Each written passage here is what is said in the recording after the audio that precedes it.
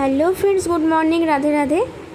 তোমরা সবাই কেমন আছো? আশা করছি তোমরা সবাই খুব ভালো আছো। আমিও আছি মোটামুটি। চলো আজকের ব্লগটা শুরু করা যাক তোমাদেরকে সঙ্গে নিয়ে। এখন বাজে ওই 8:30 পৌনে 9টা মতো।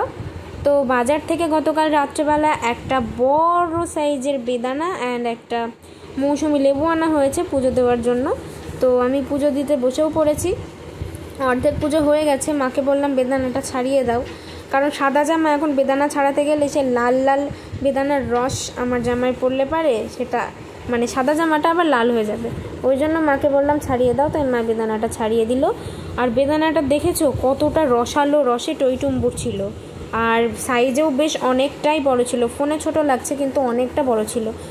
আর এই যে এইদিকে দেখো সব ঠাকুরের স্নান হয়ে গেছে, গোপুর স্নান হয়ে গেছে। এখন আমি ফুল দিয়ে সিংহাসনটাকে সাজাচ্ছিলাম। চলো দেখতে থাকো, সঙ্গে থাকো। তো এখানে আমি সমস্ত কাজকর্ম করছিলাম, কারণ আজকে আমার পড়া ছিল 6টায় আর স্যার আমাকে ছেড়েছে 11টায়। ভাবতে পারছো কতক্ষণ স্যার অঙ্ক করিয়ে নিয়েছে আজকে। তো বাড়ি এসে দেখছিলাম কিছুই হয়নি। মা না বলে হুট করে বাজারে চলে গেছে, কিছু স্টেশনারি জিনিস বাকি ছিল সেগুলো কিনতে অ্যান্ড ব্লাউজ কেনার জন্য। তো বাড়ি এসে ওই জন্য মা আমাকে বলছে তোকে ব্লাউজ এনে দিলাম বলে খুশি হয়ে কাজ করলাম। বললাম না কাজ পড়েছিল আর আমার ঘর অগোছালো ভালো লাগে না, তাই কাজ করেছি। বাসন মেজেছি, বেসিনটা পরিষ্কার করছিলাম। তো সেই মুহূর্তে জল জমে গেছে, মানে বেসিনের মুখটা জাম্প হয়ে গেছে। তারপরে মা ওটা ছাড়িয়ে দিল। যাই হোক, জলটা তো কোনো রকম চলে গেল। তারপর গ্যাসটা মুছেছিলাম। ঘর দুটো মোছা এখনও বাকি আছে, কিছুই মোছা হয়নি। ওই যে বললাম লেট করে ছুটি দিয়েছে, যার জন্য লেট করে আমাকে সমস্ত কাজই করতে হচ্ছে। আজকে যে কখন মানে কাজগুলো হবে, আমাকে মনে হয় আজকে 2বার স্নান করতে হবে। একবার স্নান তো সকালে হয়েই গেছে। তো তোমাদের বললাম যে স্যার 6টা থেকে পড়িয়েছে, তো না সরি, ওটা ভুল বলেছি, 8টা থেকে পড়িয়েছে।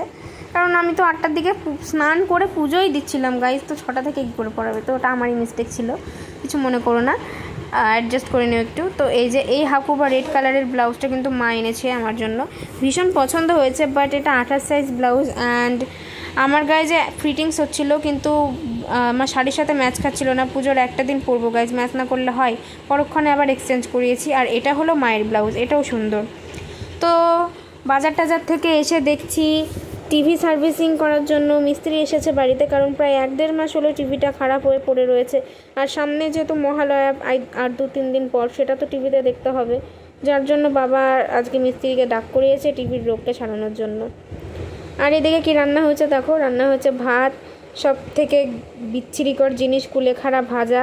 এটা তাও এক প্রকার খাওয়া যায় গাইজ, রুচিতে আসে, বাট রস করে খাওয়া মানে আমার পক্ষে ইম্পসিবল ব্যাপার, খুবই বাজে ব্যাপার। এখানে রয়েছে ঘুগনি, বাবার মোস্ট ফেভারিট।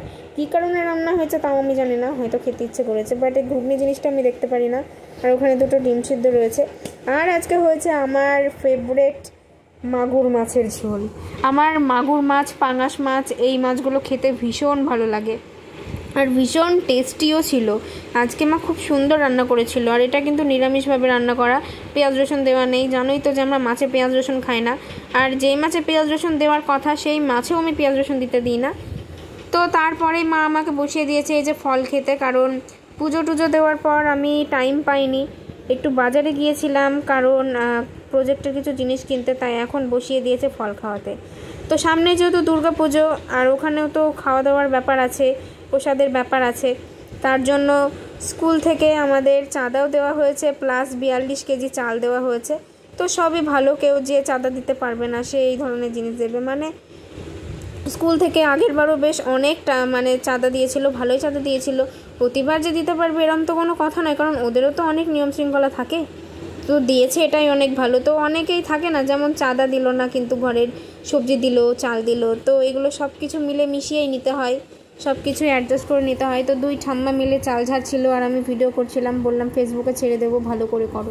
গাইজ আমার শুরু হয়ে গেছে চাপের কাজ, কারণ এতদিন শুয়ে বসে কাটিয়েছি, রিল্যাক্সে বেরিয়েছি। না প্রজেক্ট পুজোর পর জমা নেবে, কিন্তু না গাইজ, প্রজেক্ট পুজোর পর জমা নেবে না, প্রজেক্ট জমা নেবে আর 5 দিন পর, 23 তারিখ। আর আজকে 18 তারিখ হয়ে গেছে, 4-5 দিন বাকি আছে। একটা প্রজেক্টও করা হয়নি। দিয়েছে টোটাল 5টা প্রজেক্ট, মানে Bangla, math, physical science, history and geography and English, এই কটা দিয়েছে। লাইফ সায়েন্সটা এখনও পাইনি। তো বাংলাটা কমপ্লিট হয়ে গেছে, আর 1 পেজ লিখলে কমপ্লিট হয়ে যাবে আজকের মধ্যে। আর কালকের মধ্যে আমি বাদবাকি প্রজেক্ট সব কমপ্লিট করে ফেলবো আশা করছি। তো এখন এইগুলো নিয়েই বসে আছি। এই যে সবেমাত্র 2 পেজ কমপ্লিট হয়েছে, এখন ওই একটা পেজ পুরোটা লিখতে হবে। তো চলো, মাথায় খুব চাপ, দেখা হচ্ছে নেক্সট কোনো ব্লগে। তোমরা সবাই ভালো থেকো, সুস্থ থেকো, সাবধানে থেকো, নিজেদের টেক কেয়ার করো, বাই।